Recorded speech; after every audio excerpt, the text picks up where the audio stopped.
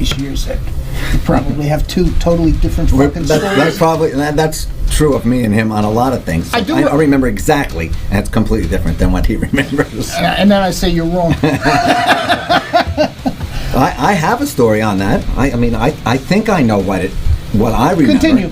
All right. Wrong. Well, Overkill is a legendary Jersey band. My first recollection of seeing them live, I was a young lad in 1986, 16 years old. I went to see them for the first time at the Colony Coliseum in New York, which is no longer standing, in Latham, New York, to see Overkill on the Taking Over tour with Megadeth, who was on Peace Sells, and all my friends were psyched to go see Megadeth, and I was more psyched to go see the band that was opening for them. I'll tell you the truth, I didn't see them long. Actually, you know what? I shouldn't say that. We actually opened up for Overkill. My band opened up for Overkill.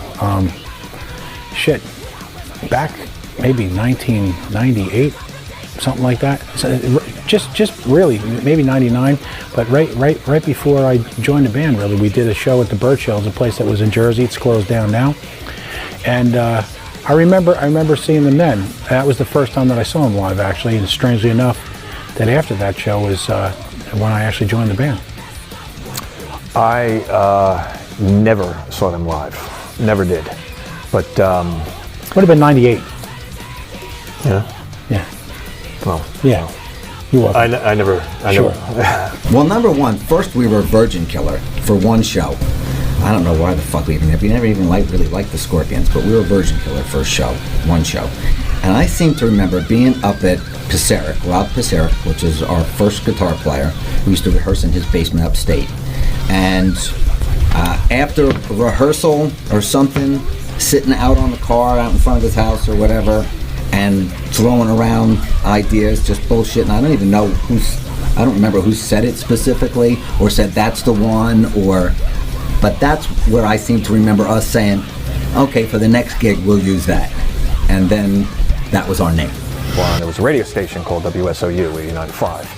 And I remember my first foray into hearing something Overkill there was Power Surge. They played Power Surge on the radio, and I remember that it was Bobby Blitz did a radio tag for it. It says, "Hello, Mr. and Mrs. America, and all the ships at sea. This is Bobby Blitz from Overkill, and you're listening to 89.5."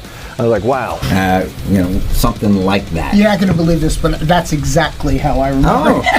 Yes. That's pretty good. It was out on, probably sitting on the hood of one of your old Vegas or something, and talking about how we were going to conquer the world. But I remember Overkill coming up out there in the street. That would fit way better than Virgin Killer. Right. I was already an Overkill fan before they were coming to town. I used to listen to a college radio station from Union College called WRUC, and I was probably familiar with the band in '85. I want to say maybe late '85, early '86. I had already had the Taking Over album when they came to Latham for that show. They were on that tour for Taking Over, but I had already had the record before the show, so I was already in the know. I remember getting with with Dee Dee and the original drummer, and there was a thing around here called the East Coast Rocker, or the Aquarian. It's a local Jersey mag, and I was actually over the Jersey line in New York State at the time, and it had a Musicians Classified. That was our app for finding people. That was our social media. There'd be a phone number at the bottom of it, and I'm pretty sure it was very similar to Leather and Steel, bass and drums looking for Leather and Steel guitars and vocals. Yep. And I'm not sure if the guitar player that he had mentioned earlier, Rob Pisaric, and I had an ad in there, but for sure it was the correct adjectives for what we were looking for, and that's how we got together. And when these guys showed up, I said, "Do people dress like this all the time?" During the day, it's like 4 o'clock. You got no shirt on and like a dog collar. At the time, you'd call each other on the phone and say, "Okay, that sounds good." You talk for a little bit, and you say, "All right, let's pick 5 or 6 songs that we'll jam." Or maybe it might even been more. I remember Green Manalishi for sure, because that was like a benchmark for singers. If you could sing the end of Green Manalishi, that whole Halford thing, it was like, okay, that was cool. And I tried like hell. You used to be able to do that. I mean, you could do that. I mean, I remember you doing it, and it was like, I don't know, maybe NIB, maybe. Yeah, it had to be Sabbath and Priest, and I think Maybe. yeah, and then we branched out from there and started getting into like all the cracks of what we were into.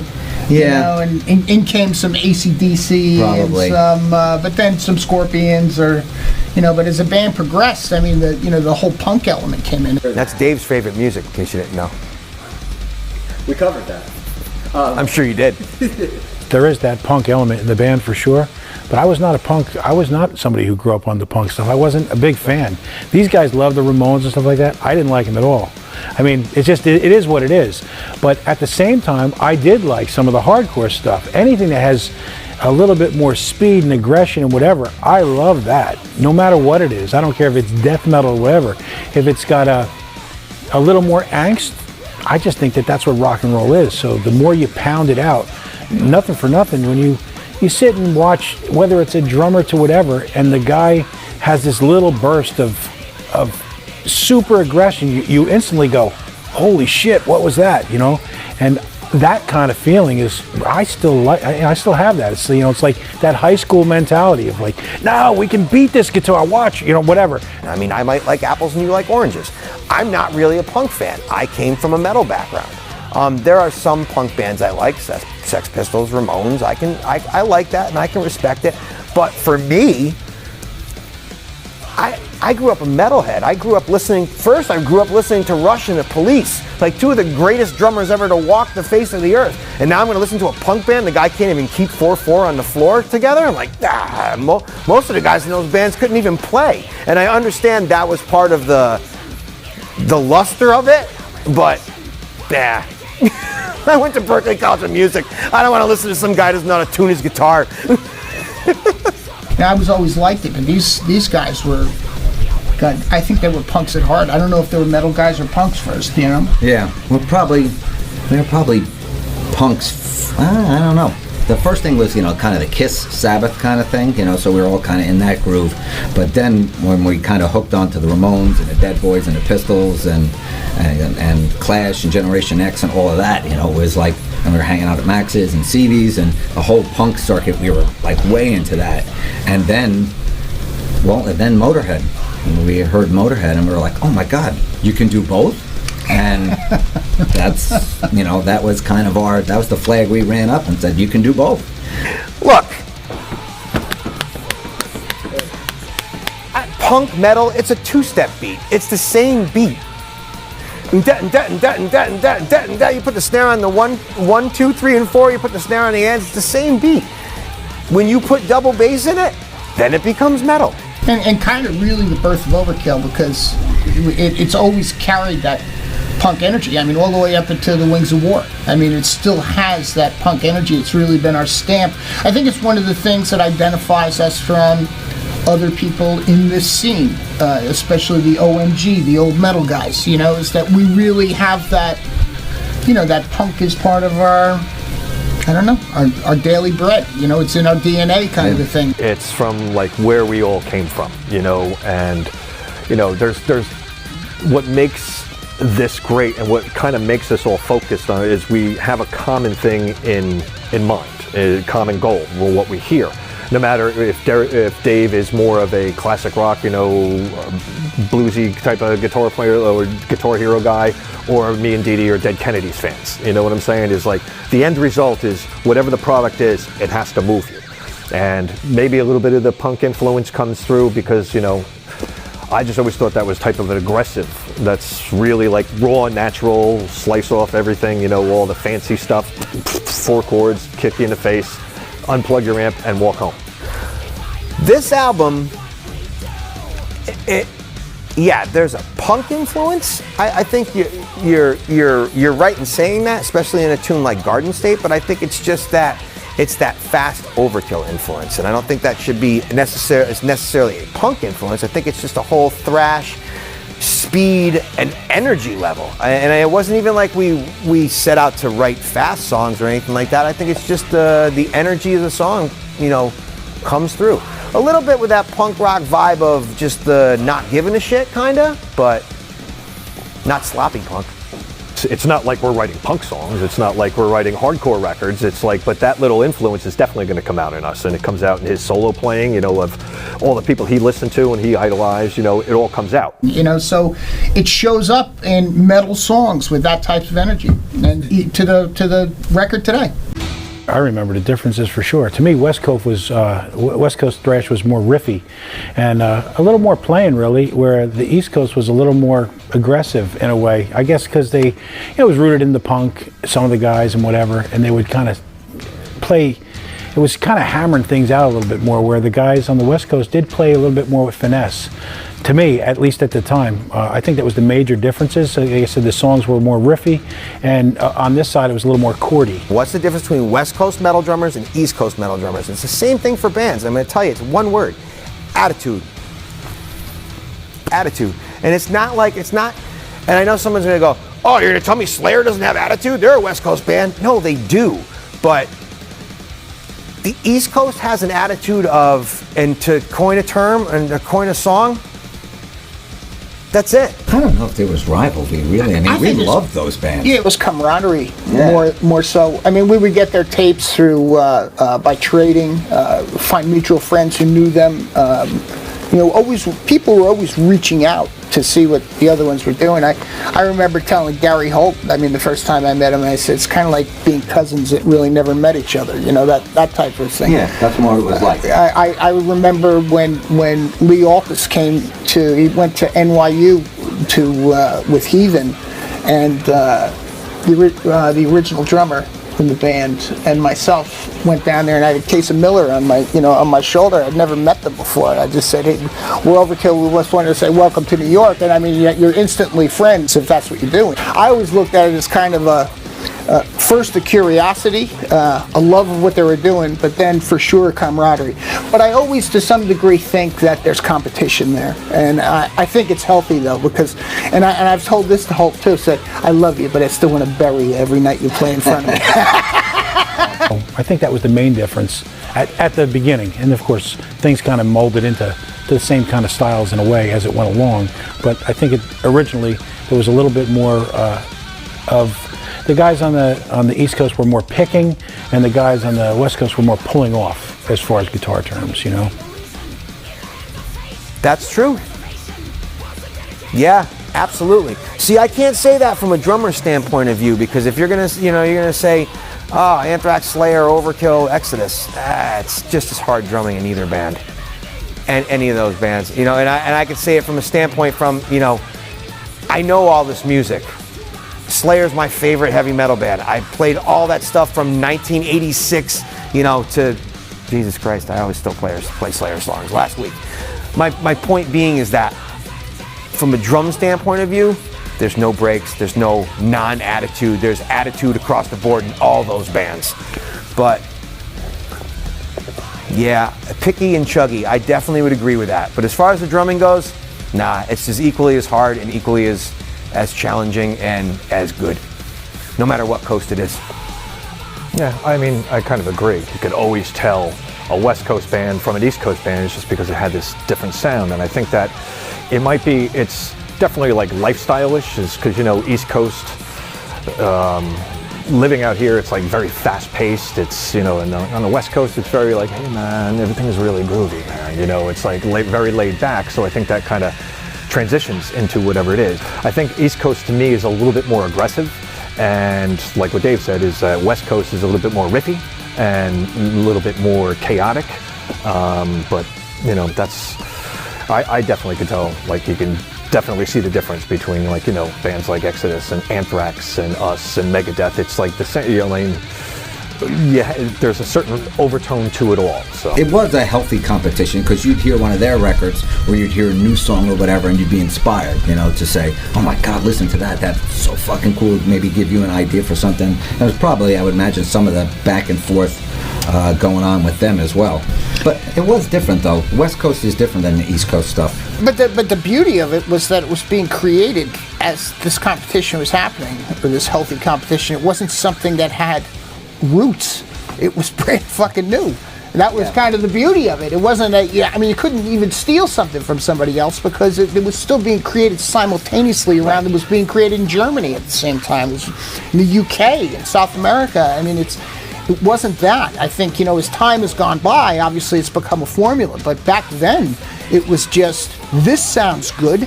And it was all the same, it was the same recipe that made it sound good. The new wave of British heavy metal, traditional heavy metal, and a punk element. So that was the cool camaraderie, is that we all kind of knew where the other one came from by just looking them in the eyes. You didn't have to. They didn't have to say anything. You just knew. Well, even when you went to a club, right? It's the way you dressed. You could see everybody had long hair. Everybody had some kind of studs on. You had the vest with the patches on it, with your favorite band on the back, and we were all part of the same club. You even see that at festivals now. Festivals is probably the closest thing I see to remembering that old vibe. When you see the guys that are out there, because there's guys out there, there's girls out there, there's old timers, there's young guys, and they all kind of have the uniform on. The uniform. And we're all part of the same club, and it was kind of like that. Was it that punk place? It wasn't a punk place. Mingles and Close Encounters and all those things up, all of those ones up the road. There were so many places. It's kind of a long place. The stage was at one end, kind of had a bar like this. Bonnie's Rocks, the Tower, all of that stuff. Galaxy? Sure. The Galaxy, yeah, right. Yeah. I'm drawing a blank. I'm usually good at this. I can't remember the name of it. Maybe it'll come to me. And we went by today the Pony and the Fast Lane and the Rocking Horse at the one point, and then there was the Birch Hill, of course. You had Union Jack, which was up South River. What are other ones? City Gardens.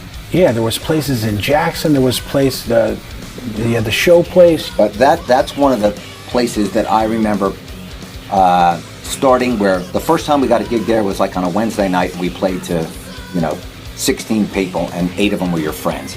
But then we came back another night, and then there was 47 people, and then we came back, and then we came back, and then you were on a Friday night, and there was 115 people, and then we came back, and then we had a Saturday night with whatever, and it's like, wow, now the place is kind of full. And that was one of the first places. Union Jacks. Yes, Union Jack. Union Jack.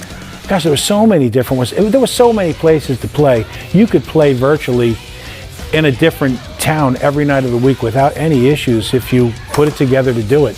It was a great time for whether it was a cover band or whether it was original acts. You had people wanting to see live music. None of this DJ bullshit or any of that other stuff.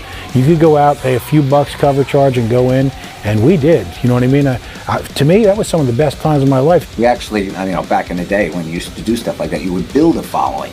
People, you get word of mouth where, did you check out this band? It was a fun night. It was this, it was that. And you get a little bit more each time. We'd look out sometimes and be like, oh, wow. People came to our gig. How about that? And, I guess the flyers we put all over the cars in the parking lot up the Brendan Byrne Arena worked because people are coming down to the show. And you'd have to wear out your Chuck Taylors. That was how your advertising. It was like cars, flyers under the windshield wipers, on telephone poles, handed 100 to a friend to do the same thing. That was kind of our social media back then, I guess. When we were growing up, it was like, we would be in competition of each other, like his band would be playing at the Birch Hill, and like he'd be hanging up flyers, we'd be hanging up flyers, and next week we'd be going playing Studio One, we'd be playing L'Amour's, we'd be playing, Huntington Station, whatever, we'd be playing all over the place. Now there's like, I don't even know, it's like, but that was what he was just talking about. It's like, this is how you build this. And not even the fans would be like, hey, listen, this band's going to play today. Let's go hang out. I don't really like them. These people are playing. It was something to kind of do and everything. It's gone. It was cool. It was cool too, though, because you could play a weekend at the Birch Hill and then the next weekend play Club Benet, and still everybody would show up. It was not like we played one show there and we're going to play Saturday at here and nobody's going to show. They jumped. If people liked what your band was, at the time, they followed where you went. Where else did we play? I'm trying to think of some of the other venues. Well, we wanted to get to L'Amour. That was the big thing. Right. That was where we went. I remember, my wife always says I exaggerate, so this is probably an exaggerated story, but we used to drop off press kits because there was L'Amour in Brooklyn, there was L'Amour East in Queens, And we all had these press kits, and they had a demo in it, and they had an 8x10. I mean, we tried to do it as professional as we could right from the beginning. It had stickers in it. So it was, you'd get something. And these two guys who ran the Lemores eventually managed us, the Parente brothers. And I had a press kit, and I walked up to one of them in Lemoore East, and I said, Mr. Parente, I'm Bobby from Overkill. I'd like to have our press kit, so maybe we could get a gig here. He turned around and looked at me and said, listen, kid, you're a nice kid, but your band sucks.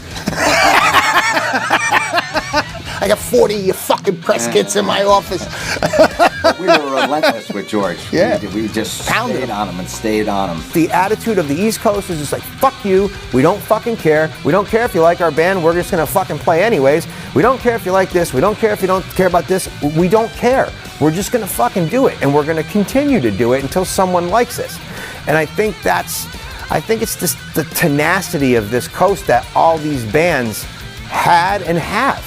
Anthrax, same thing. You could spend a full month starting in South Jersey, running club to club to club, going all the way up to New York. Like you said, through Lemore's and just any of the clubs really, and just run back and forth. By the time you got back up, you could restart again. So you always had gigs if you wanted them. Johnny came before us doing a nationwide tour. Johnny signed us in '84. I still have the picture in my office at home. I'm standing there leaning over, signing it with I think I have a 24-ounce Budweiser in a We all bag. have beer. Yeah, lawyers they're all all like but they're in these they're in this brown paper bag. Right. Mine is, because you could walk on the street back then in New York drinking it as long as it was in the bag.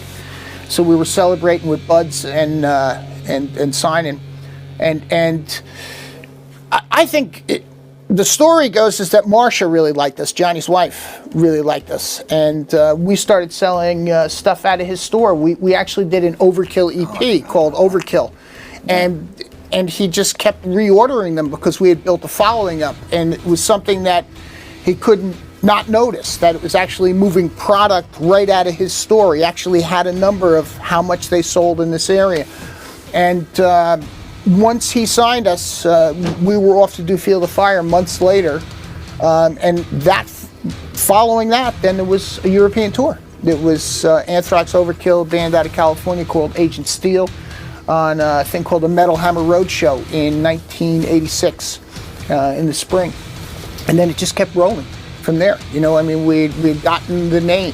The guys from Lemore's now approached us and said, "Hey, we're your manager." We said, "Great." We now had a team. We had Megaforce Records and we had Loud and Proud Management.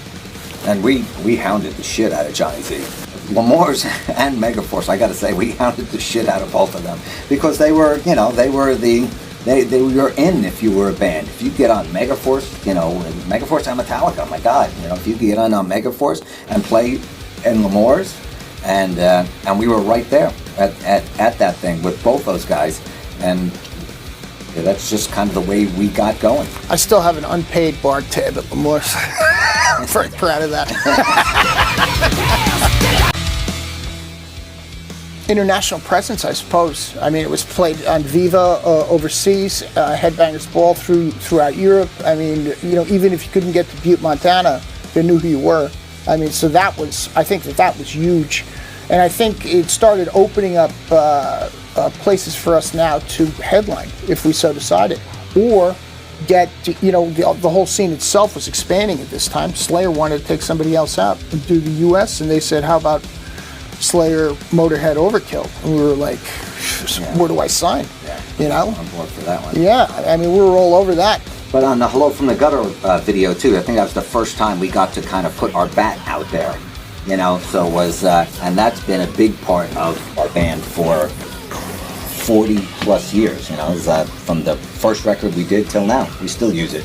It's still our thing. So that was its introduction kind of to everybody that to actually see it flying around and moving around. That's what I remember, actually, was the flying bat. I mean, I remember seeing the video, remember watching the flying bat, and then, of course, seeing the infamous Beavis and Butthead on the flying bat. But yeah, I remember it well, sure. And was Beavis and Butthead a bunch of years after the video, or? I don't think it was simultaneously. It wasn't, right? No. It was much later, right? Yeah, because I get that more than I get, oh, I remember Hello from the Gutter. That people saying, I remember Hello from the Gutter from the Beavis and Butthead thing, because I guess it was so big at the time. I got 8,000 phone calls. We were on Beavis and Butthead. It's like, hey, what happened when we did the video? Why you call me then? Where were you then? Well, you know what's funny about, because you mentioned the Hello from the Gutter, and yeah, it was a staple on MTV. But for me, this goes back to that WRUC channel that I was listening to. I always came from, and this is still, well, maybe not all the time, but I always go from the drum intense song, and I'm like, yeah, Hello from the Gutter is cool, but why don't they do a video for Shred instead? You know, same record, but once again, that's me. That's the first song I heard off the record. I was like, you know. So, but hey, anytime that a heavy band can get in rotation on MTV, that's a good thing. Yeah, I don't remember seeing that. I must have. Maybe I was drunk. I don't know. It couldn't very well be back then. Drank a lot of beers. That was a new experience doing a video too. That was we had done a video for In Union We Stand. It was kind of a performance thing, and that was our first go at it. And then Hello from the Gutter was our kind of second run at it.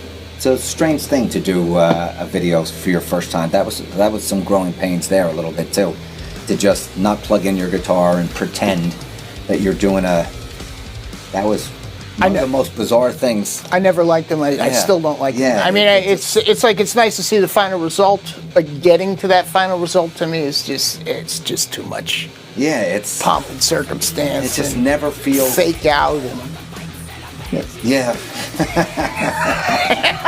You're moving your mouth and nothing's coming out. Right. It's like all you need is the mirror, and you know, and you felt like that. What was the scene in Risky Business? Anyway. But in any case, they're obviously valuable, and it gave us more presence, and we continue to do them based on that. You know, I mean, the idea is to keep the presence there. If the presence is there and the video is necessary, then I like the video. I just don't particularly physically like going through 15 hours of, can you do that again? Of course I can, but I don't want to. And having Charlie in the video definitely made that more of that made the Bat and Charlie more of a visual point of Overkill. So yes, that was a big deal with that video, and that was cool. You gotta see the first one. I mean, on a fucking. I mean, I always tell the story that it might not have been a cocktail napkin, but that's what it looked like. And he drew it. He loved, this guy loves it. Just a little sketch. It looked like Popeye with wings. You know what I mean? It was unbelievable. Right. And it was like, I think we're gonna have something here. I'm like, you gotta be fucking kidding me. It worked though. But it worked, yeah. Yeah, and it was weird. I don't know if we were specifically looking for something. My girlfriend at the time, my wife now, had gotten me this pin that was kind of like that. It was like a bat kind of thing or whatever. And we were looking for something. I remember being at our first original drummer's house, and we were sitting around. Maybe we were sketching logos, or we were noodling, or because we used to make our own T-shirts back in the day too. You know, we would silk screen them all in the basement and hang them all over the amps before we would go over for a gig. Full service band. So we putting the Overkill logo on the front, we got this big logo here, and we need something on the back, what are we going to do? And, we kind of had the blood metal that we were calling ourselves at the time, blood metal, because there was black metal, it could be blood metal, So, the blood metal donors, and so we had the rockers, like on the back of a biker kind of thing. And, I don't know, the whole thing just kind of made sense to us. We always liked that horror kind of shit too, especially back in the day. It used to be skulls all over the stage and candelabras and spider webs, and we were always into that shit. And kind of a skull with wings, that was like milk and cookies for fucking us. No-brainer. Yeah, that was still a no-brainer. Yeah, it really is. I don't think we thought back in, would this be? I mean, I didn't even think Iron Maiden would be a band this long, let alone us. So. But it stuck with us for a long time. How a lot of people identified, like I said, on the Hello from the Gutter video, all our album covers, they're still identified that way a lot. I never really saw it, and to be honest with you, with Headbangers Ball, at the time it was like I didn't really kind of watch. It was just, to me, I guess it was like the thing that I tried not to gravitate to, is because it's like a lot of hair metal, a lot of all of that type of stuff, and I wasn't really into all of that type of stuff. I was more into the heavier side of things, and that was that was on the outskirts of what Headbangers Ball was. Headbangers Ball was Warrant, Rat, Motley Crue, and all that. And I was like, that's fine, but I'm not really into that. And then it started getting heavier later days and seeing like Anthrax on there and all that stuff. But I never saw the Hello from the Gutter video. Never did. Sorry. Don't fire me. I tell funny stories that, the record companies were calling all the thrash bands, telling them, hey, grunge is stepping all over you, it's time to go home and live in your parents' basement, and we just never answered the fucking phone. That's as simple as it was. We had no interest in being told that that we couldn't do this anymore or people weren't going to support it. We would figure out a way to do it. And that's really as simple as it was. I mean, we just to some degree, all the shit we told you prior to this about the flyers, wearing out the sneakers, we weren't sitting in basements telling each other how great we were. We were really out there working the whole fucking thing. I mean, we were stickering everything we could. We would graffiti anything we could.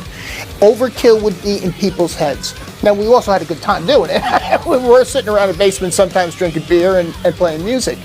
But I think that gave us maybe the cojones to just say, fuck it. We had nothing to lose back then. What do we have to lose now? There's nothing to lose. Let's just go. And me as a fan and watching that whole thing spill out, Overkill was one of the few bands that didn't fucking take all their toys and go home.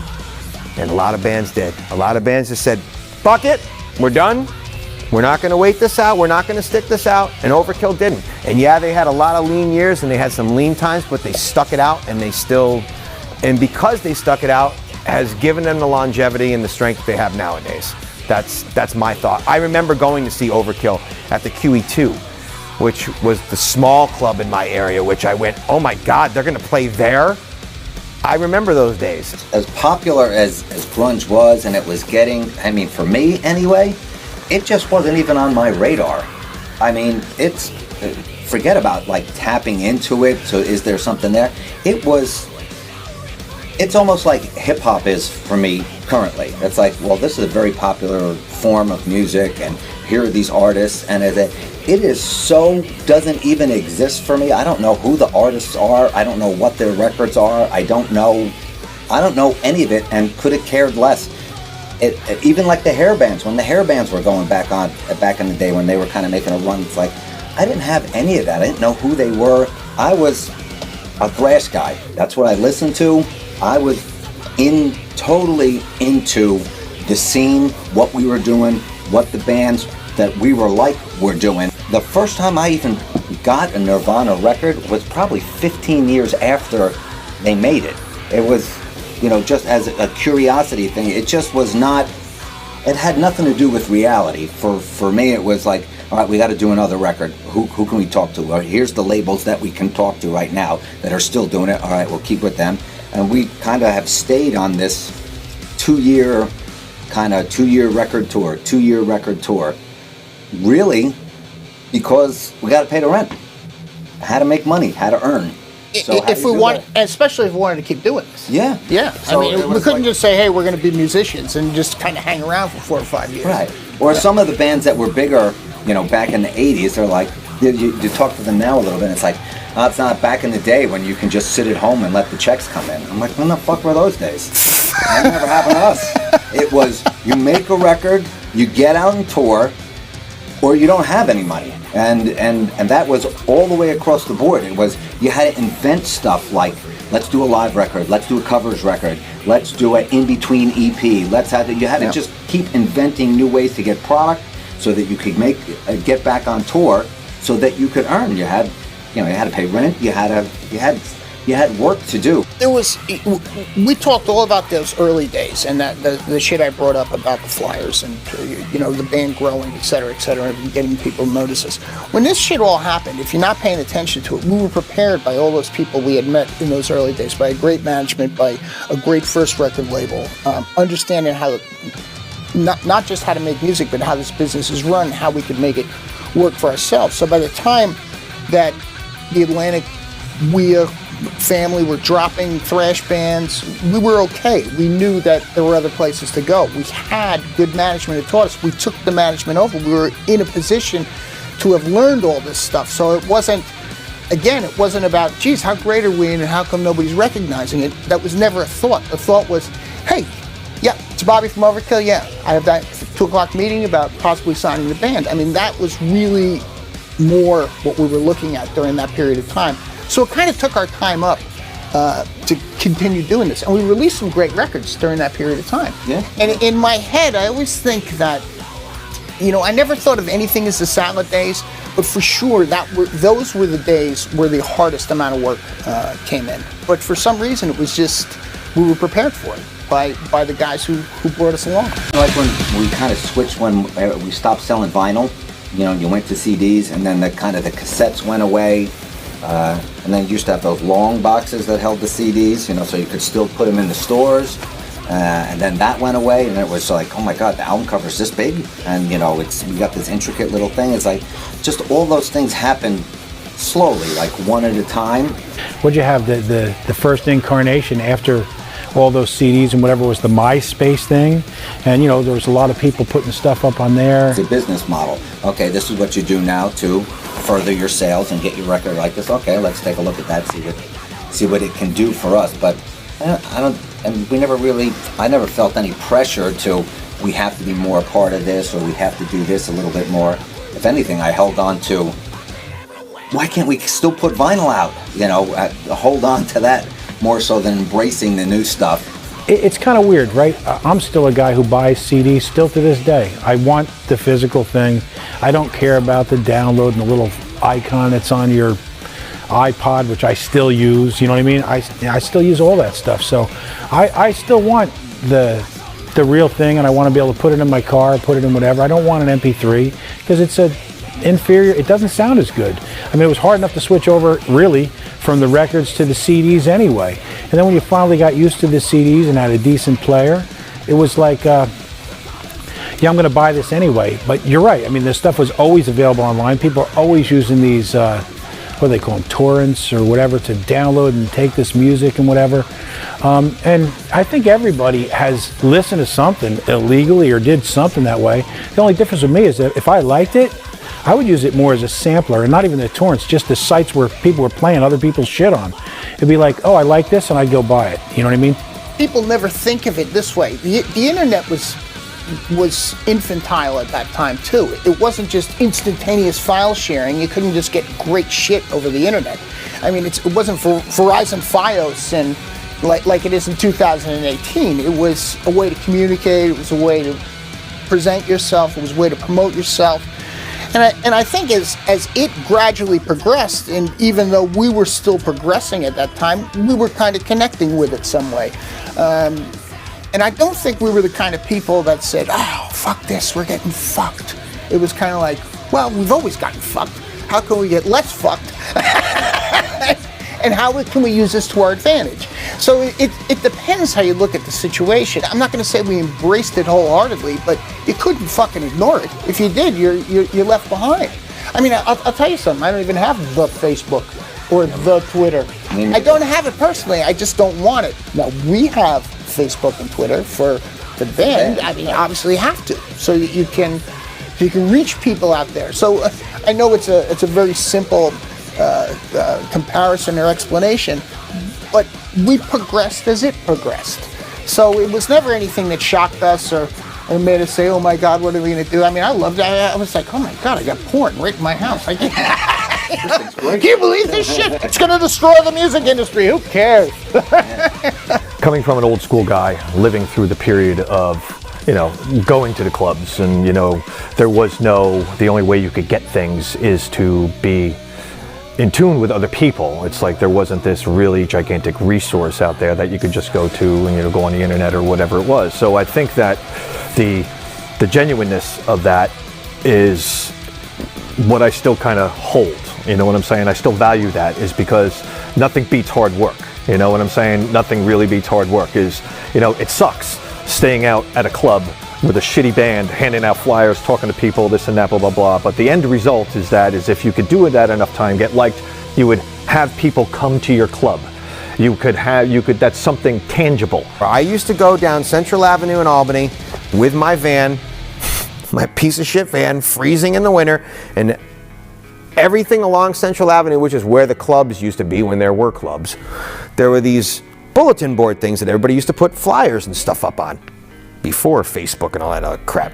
And I remember, I'd pull up in the van, I'd put the thing in park, I'd jump out, I'd put the flyer up, I'd put the flyer up on the other side, I'd hit the next one, I'd hit the next one, I'd hit the music store, you'd go to the show, you'd go to every local show, and you would go outside between the bands, freezing your ass off. I used to do, I mean, like an idiot, and I'd go out with a beer too. And I'd go out the back door like, can I go out with this? Yeah, you're just gonna fire the cars? Yeah. Walking around like an idiot, putting flyers on a car with a beer, 22 years old, you know, just trying to get people to go to your shows. And that's what you had to do. You had to pound the pavement and sell tickets and flyer. There wasn't social media just to send a thing out to 1,000 people or please share this, you know. I don't even think that it's, you know, oh, it's less hard, it's less connected. It's just different. I think it's apples and oranges, you know. Even, you know, you hear in sports about, oh, there's, you know, the ball players back then. It's like, you know what? The guys nowadays, it's a different thing, you know, but they're still busting ass, you know. In baseball, it's true. We could put out this record, and immediately, you know, Dave, the record is out, this and that, blah, blah, blah. 20 minutes later, there could be some kid in Pago with a guitar sitting in his room figuring out all of Dave's leads. You know what I'm saying? That's the way it is. Is that bad? No. It just kind of, there's not a genuineness to this anymore. There's not this hunger or, you know, it's like, you know, watching a YouTube video and all this. And I think that transfers a lot. And I think that has a lot to do about the longevity of bands like us, like Slayer, like Megadeth, and like that type of stuff. Because we didn't come from the YouTube generation of, like, you know, learning how to play guitar by just watching somebody. We learned how to play guitar by putting a Kiss record on and going, yeah, that ain't right. Oh, he did this way. What about if we do this? A lot different. And I can't say that our struggle is harder than somebody's today because, you know, everything is different. There's different circumstances all the way around. So, you know, younger bands or kids that have the balls to do it, good for you, man. I mean, I'm like, fuck. I mean, you gotta jump. And today, just because there's more tools doesn't mean it's easier. Maybe contrary, they have so many more tools, and can be recognized that much easier. But because they can, there's so much more competition out there for them to be recognized that they really have to hone their craft to be something that is recognized by the general public or even a small portion of the general public. Where we could do things in a fandom way because 115 people can see us at that Jersey gig, but 2,000 will have heard about it by the next Friday. And by the time it's 2 Fridays from then, we were fucking Led Zeppelin as far as they were concerned. There were no mistakes. It was some fucking gig. Today, you fuck up, people know in 2 seconds. You know, so it's a different set of circumstances. And, you know, we just happen to come from that fandom age of promotion. And today, it is just honest promotion. I mean, don't go out there and lie, or they'll beat you to death with hatred. For me, and because I'm an old guy, I consume music very much the same way I did 20 years ago. I have the radio station on in my car. I hear a new song by so-and-so. I'm like, who the fuck was that? I'll put a mental memory in my head. Oh yeah, that was that band I heard on the radio. I'll go to Amazon and I'll buy the disc. That's how I get music. There's discs all over my car. I don't have a Spotify account. I don't have any music on my phone. I buy discs. They're everywhere. And so I get it the same way I always did. And that's like Neanderthal now, you know, compared to how people consume and get music. So maybe I'm not the best guy to ask anymore, even though I've been in the band for 40 years.